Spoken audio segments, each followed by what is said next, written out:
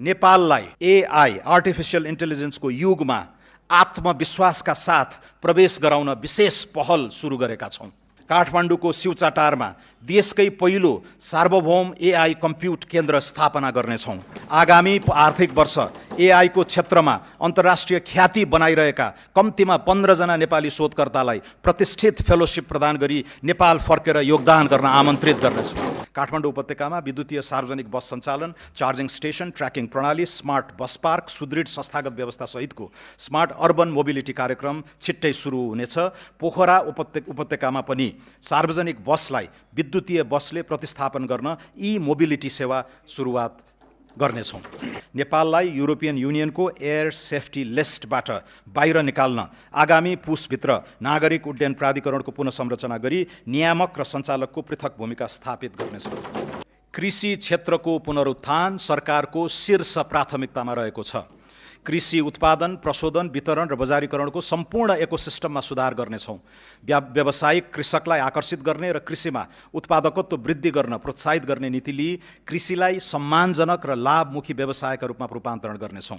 न्यूनतम 2 करोडसम्म कृषि तथा पशुजन्य उत्पादनका लागि प्रारम्भिक पुँजी लगानी गर्ने कृषकलाई सरकारले 40% प्रोत्साहन अनुदान उपलब्ध गराउने पाइलट कार्यक्रमको तयारी गरेको छु। उत्पादन सुरु भएको मितिबाट लगातार 4 वर्षसम्म यस्तो अनुदान वार्षिक 10% का दरले शोध भर्ना हुनेछ।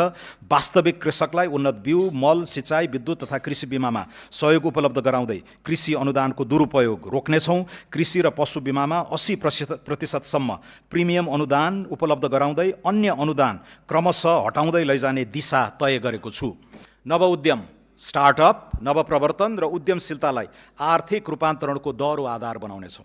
नवउद्यमलाई पहिचान, सिप बजार र वित्तीय पहुँचसँग अनुकूलित गर्दै नाफा आबद्ध कर सहुलियत, सार्वजनिक खरिदमा प्राथमिक पहुँच, डिजिटल दर्ता तथा नियामकीय सहजीकरण मार्फत नवउद्यम सञ्चालन प्रणालीलाई सुदृढ बनाउनेछौँ। नवउद्यम वित्त पोषणलाई केवल ऋणमा आधारित मोडेलमा सीमित नराखी प्रारम्भिक चरणमा अनुदान, सम्भाव्यता प्रमाणित उद्यमका लागि सहुलियतपूर्ण कर्जा तथा विस्तार चरणमा वृद्धि पुँजीको व्यवस्था गरिनुको साथै निजी क्षेत्र र गैर आवासीय नेपालीको सह लगानी प्रोत्साहित गर्नेछौँ। विज्ञान, प्रविधि, अनुसन्धान र नवप्रवर्तनका लागि पुँजीगत खर्चको न्यूनतम 1% रकम विनियोजन गरेको छु। चिकित्सा, नर्सिङ, सूचना प्रविधि लगायत उच्च शिक्षाका विभिन्न विधामा हाल लगाइएको कोटालाई चालु आर्थिक वर्षभित्र पुनरावलोकन गरी उल्लेख्य वृद्धि गर्नेछौँ। प्रवासमा रहेका नेपाली नागरिकलाई लोकतान्त्रिक प्रक्रियामा आबद्ध गराई उनीहरूको मताधिकार सुनिश्चित गर्न कानुनी, प्राविधिक तथा प्रशासनिक पूर्वाधार तयारी गर्नेछौँ। राष्ट्रिय मान्यता प्राप्त राजनीतिक दलहरूलाई पछिल्लो आम निर्वाचनमा प्राप्त मतको आधारमा सरकारी अनुदान दिने बारे बृहत राजनीतिक बहस गराउनेछौँ। आगामी आर्थिक वर्ष करिब 1000 किलोमिटर सडक कालोपत्रे र 275 वटा सडक पुल निर्माण हुनेछ। 1028 किलोमिटर लामो पूर्व पश्चिम राजमार्गलाई 4 लेनमा स्तरोन्नति गर्ने कार्य 5 वर्षभित्र सम्पन्न गर्नेछौँ। यसै वर्ष कमला कञ्चनपुर र नारायणगढ बुटवल सडक खण्ड स्तरोन्नति कार्य सम्पन्न हुनेछ। आगामी वर्ष काकडभिट्टा लौकही, कमला बागमती, बुटवल गोरुसिङ्गे र धानखोला लमही खण्ड अन्तर्गत 80 किलोमिटर सडक स्तरोन्नति गर्नेछौँ। बागमती पथलया, नारायणगढ हेटौँडा र गोरुसिङ्गे चन्द्रौटा खण्डको स्तरोन्नति सुरु गर्नेछौँ। पकली कञ्चनपुर, चन्द्रौटा धानखोला र कोवलपुर गड्डा चौकी सडक खण्डको स्तरोन्नतिको अध्ययन सम्पन्न गर्नेछौँ। पूर्व पश्चिम राजमार्गको लागि रु 37 अर्ब 46 करोड विनियोजन गरेको छु। काठमाडौँ तराई मधेस द्रुत मार्गमा आगामी वर्ष 40 वटा पुल र 5.4 किलोमिटर सुरुङ निर्माण सम्पन्न गर्नेछौँ। द्रुत मार्गको लिङ्क रोड निर्माण सुरु गर्नेछौँ। यस मार्गको लागि रु 17 अर्ब 64 करोड विनियोजन गरेको छु। हुलाकी राजमार्ग आगामी 3 वर्षभित्र निर्माण सम्पन्न गर्नेछौँ। यस अन्तर्गत घना बस्ती भएको स्थानबाट राजमार्ग चौडा गर्ने कार्य सुरु गर्दै 8 वटा सडक पुल निर्माण सम्पन्न गर्नेछौँ। यस राजमार्गको लागि रु 4 अर्ब 65 करोड विनियोजन गरेको छु। कर्णाली राजमार्ग अन्तर्गत सुर्खेत जुम्ला गमगढी सडकको स्तरोन्नतिको लागि रु 1 अर्ब बजेट व्यवस्था गरेको छु। पुष्पलाल मध्य पहाडी राजमार्गको निर्माण आगामी 3 वर्षभित्र सम्पन्न गर्नेछौँ। यस अन्तर्गत 65 किलोमिटर सडक स्तरोन्नति र 5 वटा पुल निर्माण सम्पन्न गर्न रु 2 अर्ब 16 करोड विनियोजन गरेको छु। मदन भण्डारी राजमार्ग अन्तर्गत 25 किलोमिटर सडक कालोपत्रे गर्न र पुल निर्माण गर्न रु 1 अर्ब 46 करोड विनियोजन गरेको छु। आगामी 3 वर्षभित्र मुख्य राजमार्ग तथा रणनीतिक सडकमा निर्माणाधीन पुल सम्पन्न गर्नेछौँ। राष्ट्रिय राजमार्गमा पर्ने 40 वटा ठुला पुल निर्माण तथा स्तरोन्नति सम्पन्न गर्नेछौँ। राष्ट्रिय राजमार्ग तथा रणनीतिक सडक पुल, विशेष महत्त्वका पुल र स्थानीय सडक पुलका लागि रु 9 अर्ब 87 करोड विनियोजन गरेको छु। पृथ्वी राजमार्ग अन्तर्गत तनहुको आबु खैरेनीदेखि पोखरासम्मको 4 लेन सडक निर्माण शीघ्र सम्पन्न हुनेछ। मुगलिङ आबु खैरेनी खण्डको निर्माण कार्य सुरु गर्नेछौँ। नागढुङ्गा मुगलिङ खण्ड अन्तर्गत 40 किलोमिटर सडक स्तरोन्नति हुनेछ। नागढुङ्गा सुरुङ मार्ग आगामी साउनदेखि सञ्चालनमा ल्याउनेछौँ। यी सडक खण्डको लागि रु 6 अर्ब 55 करोड विनियोजन गरेको छु। कर्णाली कोरिडोरको 31 किलोमिटर कालोपत्रे एवं ग्राभेल गर्नेछौँ। त्यस्तै कालीगण्डकी कोरिडोरको 21 किलोमिटर कालोपत्रे हुनेछ। कोशी कोरिडोरको उत्तरी खण्डको 15 किलोमिटर कालोपत्रे गर्नेछौँ। यी 3 वटा कोरिडोरका लागि रु 6 अर्ब 25 करोड विनियोजन गरेको छु। गल्छी स्याफ्रुबेसी रसुवागढी सडक खण्डलाई स्तरोन्नति गर्न रु 1 अर्ब 35 करोड विनियोजन गरेको छु। सिद्धार्थ राजमार्गको बुटवल पोखरा खण्ड द्रुत मार्गका रूपमा निर्माण कार्य प्रारम्भ गर्नेछौँ। आगामी आर्थिक वर्षभित्र सिद्धबाबा सुरुङ मार्ग सम्पन्न हुनेछ। महाकाली कोरिडोरको दार्चुला टिङ्कर खण्डको ट्र्याक खोल्ने कार्यलाई विशेष प्राथमिकता दिएको छु। मेची अरुण तमोर भेरी सेती कोरिडोर र खुटिया दिपायल सडकको स्तरोन्नति कार्यलाई तीव्रता दिइनेछ। काठमाडौँ चक्रपथ विस्तार अन्तर्गत कलङ्की वसुन्धरा खण्ड विस्तार कार्य सुरु गर्नेछौँ। वसुन्धरा चाबैल कोटेश्वर खण्डको डिजाइन सम्पन्न गर्नेछौँ। टोखा छहरे सुरुङ मार्गको विस्तृत सम्भाव्यता अध्ययन गर्नेछौँ। कर्णालीको जनजीवनलाई सहज गर्न जाजरकोटको मुलसामदेखि जुम्लाको टोप्ला सुरुङ मार्गको सम्भाव्यता अध्ययन गर्नेछौँ। खुरकोट चियाबारी, थानकोट चितलाङ, मझेमटार शक्तिखोर र चिसापानी बबई सुरुङ निर्माण सम्बन्धी अध्ययन गर्नेछौँ। प्रमुख सडक चोकमा ट्राफिक सङ्केत, चोक सुधार, सडक रेखाङ्कन, क्र्यास ब्यारियर र डिभाइडर जडान तथा मर्मतलाई निरन्तरता दिई सडक सुरक्षाका लागि रु 2 अर्ब 46 करोड विनियोजन गरेको छु।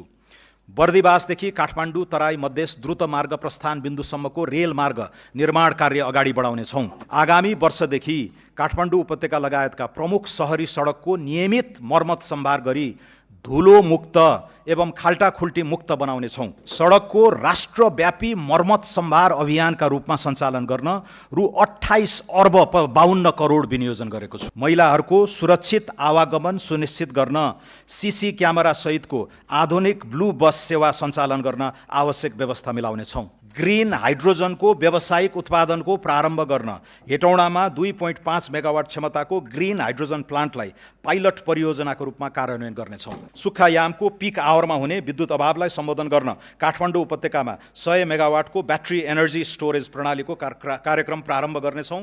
ग्रिन हाइड्रोजन उत्पादन कार्यलाई अगाडि बढाउन आवश्यक बजेटको व्यवस्था गरेको छु। आगामी 3 वर्षभित्र कम्तीमा 8000 दर्शक क्षमताका 10 वटा फुटबल रङ्गशालालाई फ्लड लाइट सहितको स्तरोन्नति गर्नेछौँ। प्रमुख 8 सहरमा 5 वर्षभित्र आधुनिक क्रिकेट रङ्गशाला निर्माण गर्नेछौँ। अन्तर्राष्ट्रिय पदक जित्ने खेलाडीलाई अवकाशपछि सम्मानजनक जीवन जिउन सक्ने गरी आजीवन निशुल्क स्वास्थ्य उपचारको व्यवस्था गर्नेछौँ। राजगुठी लगतमा दर्ता रहेको त्रिपुरेश्वर महादेव मन्दिर परिसरमा गुठी रिसर्च इन्स्टिट्युट एवं एथ्नो म्युजिकोलोजी सेन्टर स्थापनाका लागि रकम छुट्याएको छु। नर्सिङ कर्मचारीको रात्रि ड्युटी भत्ता दोब्बर गरेको छु। अटिजम भएका बालबालिकालाई लक्षित गरी पूर्वाधारयुक्त आवासीय नमुना विद्यालय सञ्चालन गर्नेछौँ। जनकपुरलाई विवाह गन्तव्यको रूपमा विकास र ब्रान्डिङ गर्नेछौँ। मुस्ताङ र मनाङ लगायत उच्च हिमाली जिल्लामा रहेका 200 वर्षभन्दा पुराना कम्तीमा पनि 2 दर्जन ऐतिहासिक बौद्ध गुम्बाहरूको संरक्षणका लागि विशेष परियोजना ल्याउनेछौँ। विदेशमा अलपत्र परेका नेपाली नागरिकलाई उद्धार गर्न र मृत्यु भएका श्रमिकको शव सहज रूपमा स्वदेश ल्याउने प्रबन्ध मिलाउन आवश्यक बजेट विनियोजन गरेको छु।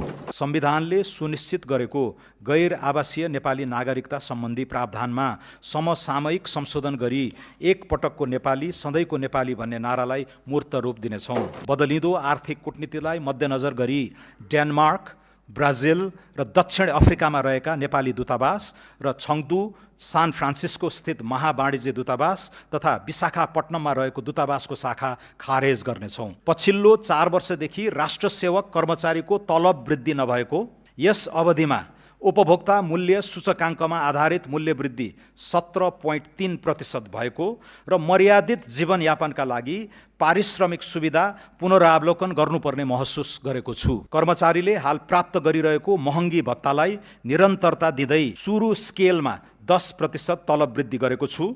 कार्य सम्पादनमा आधारित पारिश्रमिक प्रणालीको सुरुवात गर्न नयाँ तलब मानको 10% मासिक प्रोत्साहन भत्ताको व्यवस्था गरेको छु। यसबाट हाल खाइपाई आएको पारिश्रमिकमा करिब 21% खुद वृद्धि भई ग्रेड सहित न्यूनतम पारिश्रमिक करिब रु 40,000 देखि रु 1 लाख माथि कायम हुनेछ। नयाँ तलब स्केल सम्बत 2083 साउन 1 गतेदेखि लागू हुनेछ। आगामी आर्थिक वर्षका लागि कुल खर्च रु 2124 अर्ब 34 करोड विनियोजन गरेको छु। कुल विनियोजन मध्ये चालुतर्फ रु 1270 अर्ब 58 करोड अर्थात् कुल विनियोजनको 59.8%, पुँजीगततर्फ रु 431 अर्ब 10 करोड अर्थात् 20.3%, वित्तीय व्यवस्थातर्फ रु 422 अर्ब 64 करोड अर्थात् 19.9% रहेको छ। यो खर्च अनुमान चालु वर्षको संशोधित अनुमानको तुलनामा 25%ले बढी हो। आगामी आर्थिक वर्षका लागि अनुमान गरिएको खर्च बेहोर्ने स्रोतमध्ये राजस्वबाट रु 1405 अर्ब 31 करोड र वैदेशिक अनुदानबाट रु 61 अर्ब 74 करोड बेहोर्दा रु 657 अर्ब 29 करोड न्यून हुन जान्छ। सो न्यून पूर्ति गर्न वैदेशिक ऋणबाट रु 247 अर्ब 28 करोड परिचालन गर्नेछौँ। राजस्व र वैदेशिक सहायता परिचालनबाट न्यून हुने रु 410 अर्ब